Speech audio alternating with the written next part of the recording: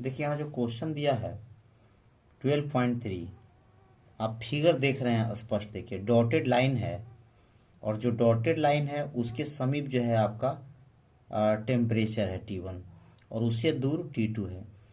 तो देखिए जब ये डॉटेड जो लाइन है ऊपर में देख रहे हैं, जो डॉटेड लाइन है वो आपका आइडियल गैस के लिए है और उसके नज़दीक कब जाता है, लो प्रेशर हाई टेम्परेचर। इसका मतलब कि T1 ज़्यादा है और T2 कम है। तो पहला आपको जो देना है जवाब, what does the dotted plot signify, तो यहाँ पर लिख देंगे कि द डॉटेड प्लॉट shows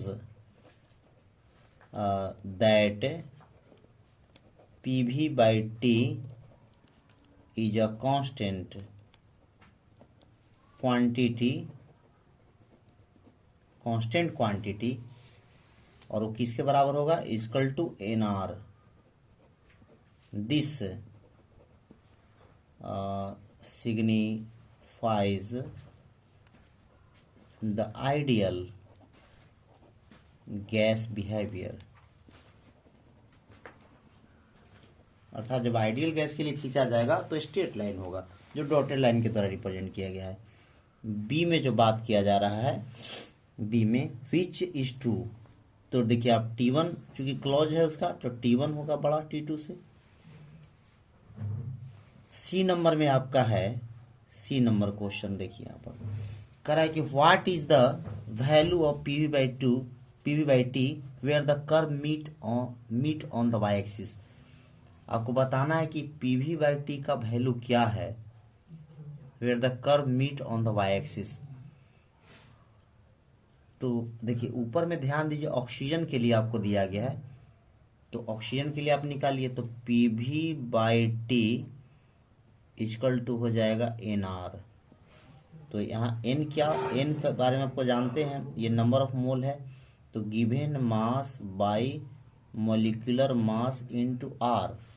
और ये देखिए आपका दिया हुआ है कितना, 1 इंटू 10⁻³ है तो 10⁻³ और नीचे में कितना हो जाएगा मोलिकुलर मास, तो 32 ग्राम होता है, 10⁻³ kg में बदल दीजिए और ये हो जाएगा आपका 8.31।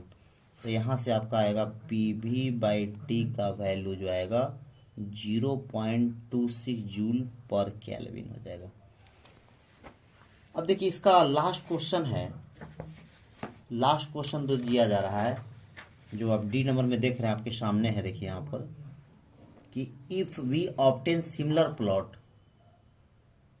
फॉर 10⁻³ kg ऑफ हाइड्रोजन, है ना, would we get the same value of PV by T।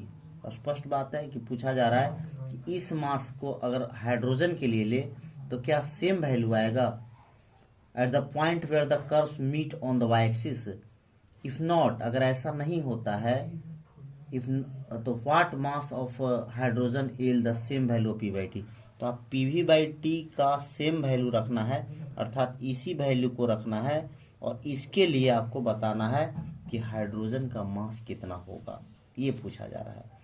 तो देखिए यहाँ पर PV by T का वैल्यू हमको चाहिए हाइड्रोजन जब यूज करेंगे तब, तो यहाँ पर PV by T तो पता है, तो NH इंटू R लिखेंगे, लेकिन वैल्यू उतना ही रहेगा 0.26।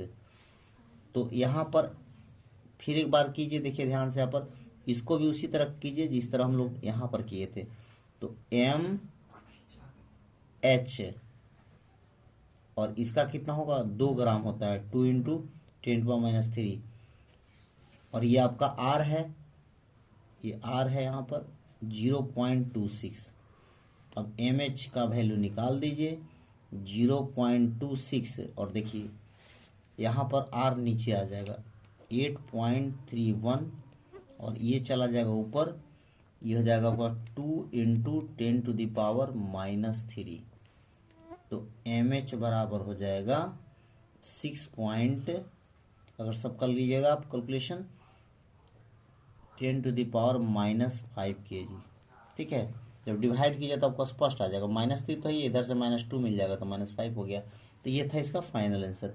तो हम लोगों ने A B C D चारों ऑप्शन का अच्छी तरह से सॉल्यूशन कर लिए। तो ये इस तरह बनाएंगे, देखिए